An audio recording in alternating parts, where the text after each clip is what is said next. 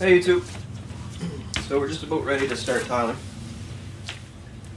So some of the things that I've done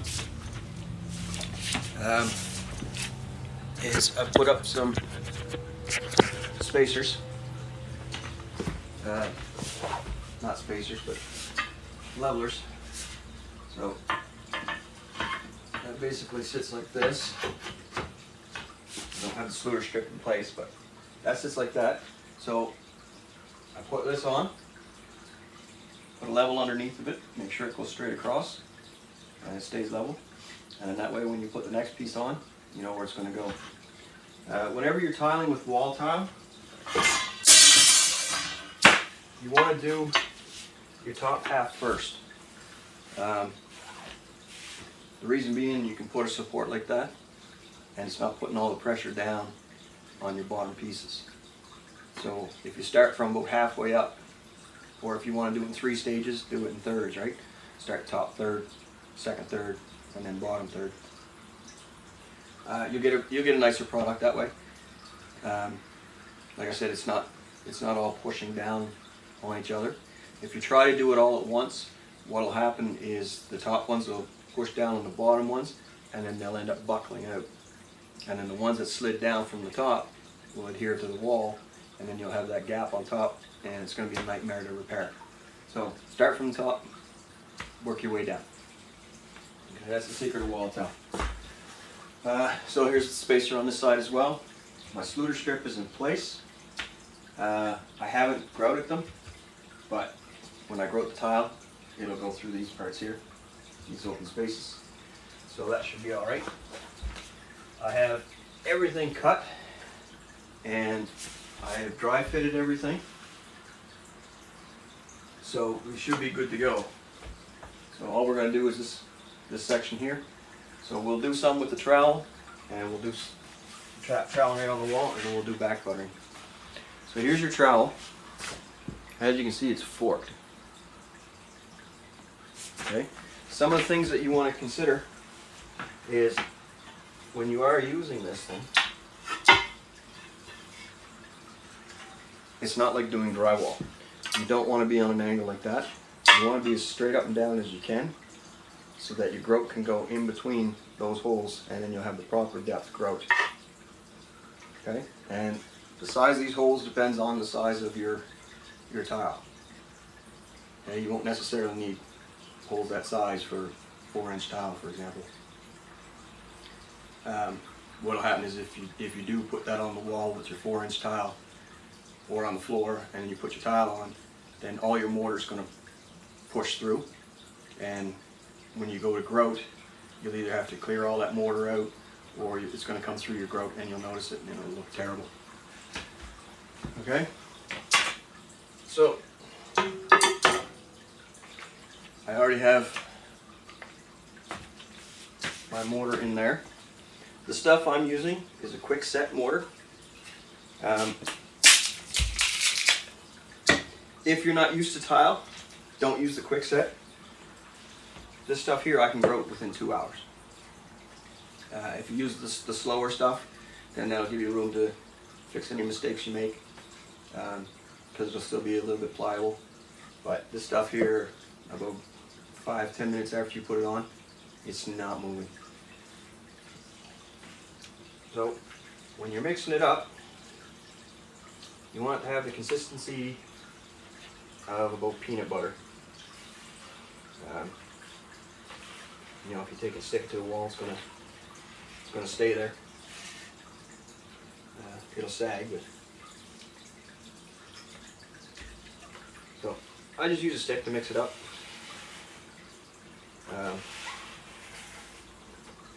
You can use those mixers that go on the end of a drill. The only issue I have with that is you're still gonna have to mix it with a stick afterwards, because all your dry stuff will be in the corners of your bucket. So that's why I go with the stick from start to finish, and I'm done. If you're doing big batches, you're doing a large area at one time, you probably don't want to use the speed set.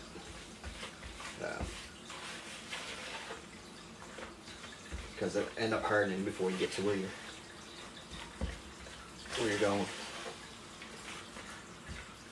But the upside of this is if you do it in small batches, 2 hours later, if you're doing, example for a bathroom, 2 hours later you can grout.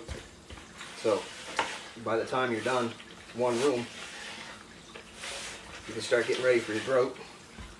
You start at one end, and by the time you get to the other end, that side will be dry too, and you're good to go.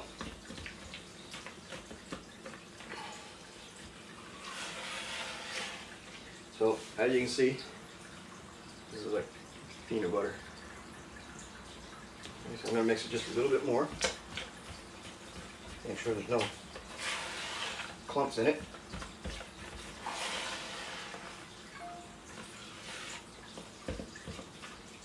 So there you have it. If you give it a swing, it'll fall down, but it's not going to drop down on its own.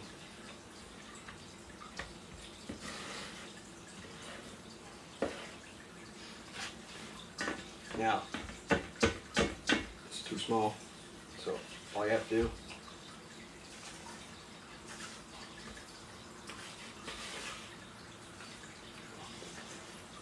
a little bit less mess that way too. So what you can do is start at the bottom, get it in there, bring it up.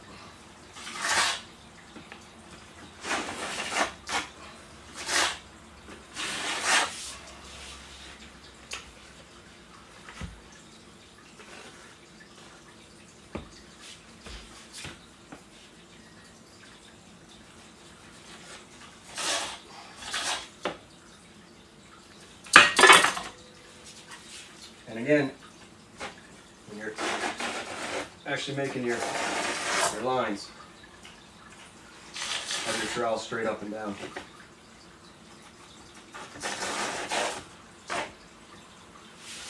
You don't have to worry too much about a seam like that because you're going to be covering it anyway. When you put the tile down, you give it a little bit of a twist so that you get good adhesion. And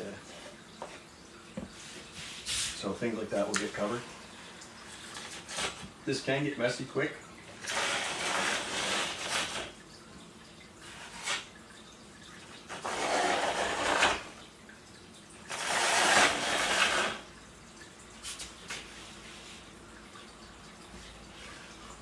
This isn't the way I normally do it.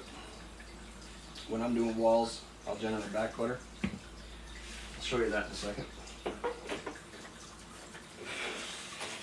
So what I'm doing here is I'll just slap it on first, spread it around, and then I'll come back straight up and down. Smooth surface.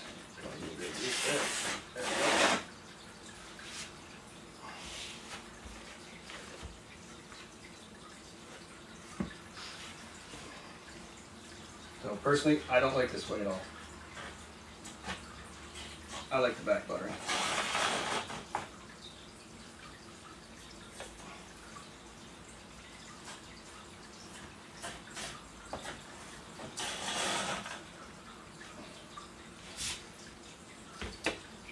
That's as far as I'm going to go that way. The rest of them I'm going to back butter because it's just a lot easier.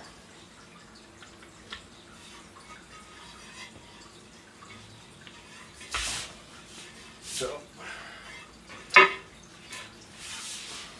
going to put this one on first.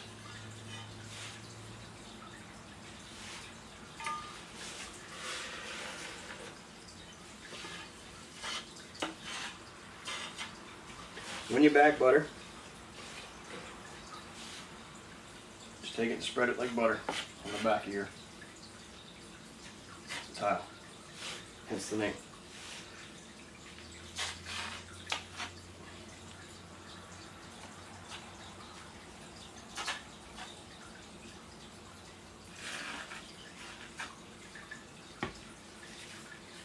And then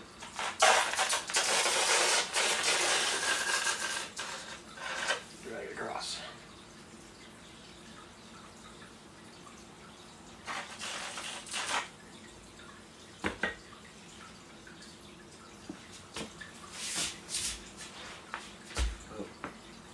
And I almost forgot my Sluter strip,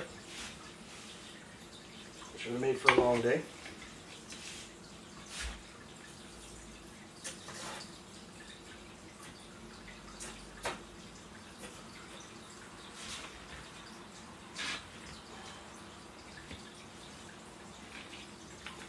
So, take that, put it in place.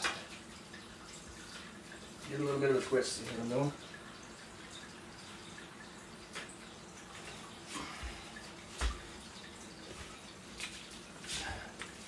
Take the damp cloth, clean off any mess you made.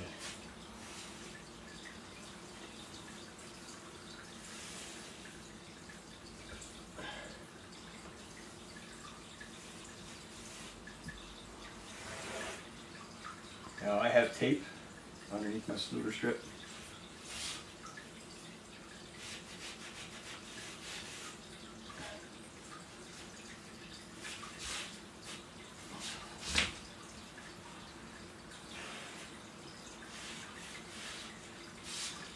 So anything that gets on your Sluter strip here, you can just pick it up a little bit.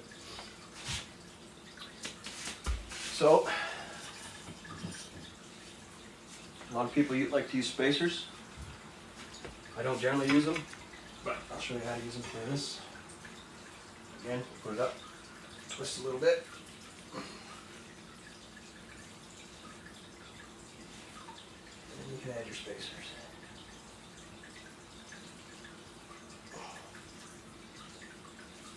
So, you know that this one is square because you leveled this. So, bring this tile to match this one. And in this case,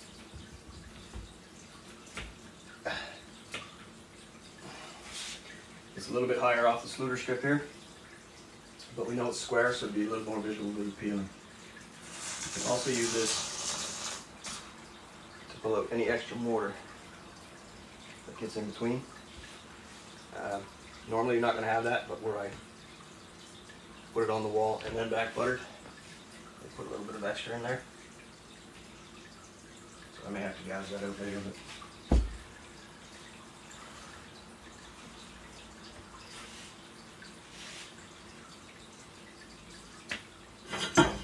on my centerpiece, I have a center mark, and I also have a center mark on the fireplace. So that way I make sure everything's lined up. So I'll put this one on, and then because I'm using this quick setting stuff, I'm going to turn the video off and finish it up. But that gives you an idea how to do it up on the wall anyway.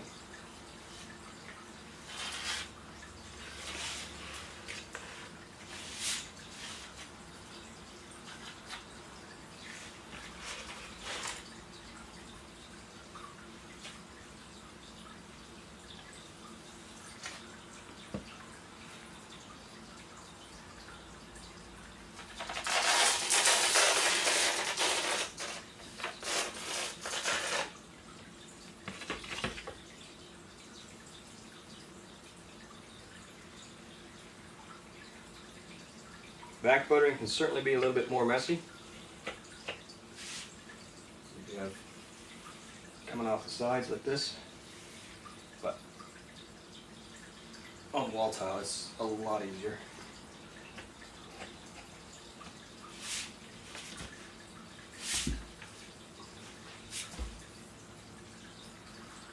Now on this side I'm putting the cut side down, just because it's sitting on the Sluter strip.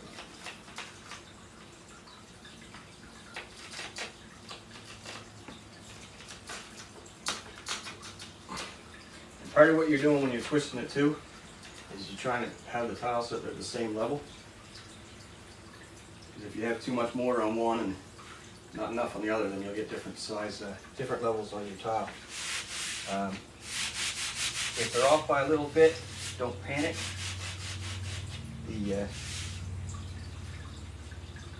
When you put your grout on, it'll fix it up. It won't be perfect, but it's better than having to rip it off the wall. Spacers back in.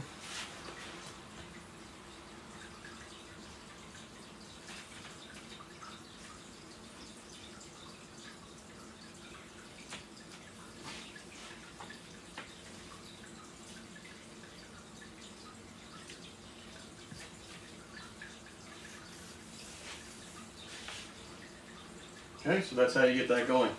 Now you'll notice there's a little bit of difference in height here. Doesn't matter, it's all going to be covered by trim. Okay, so I'm going to finish this off, and then when we're ready to do this section, I'll come back, and then we'll do the growth after that. Okay, thanks for watching. See you next time.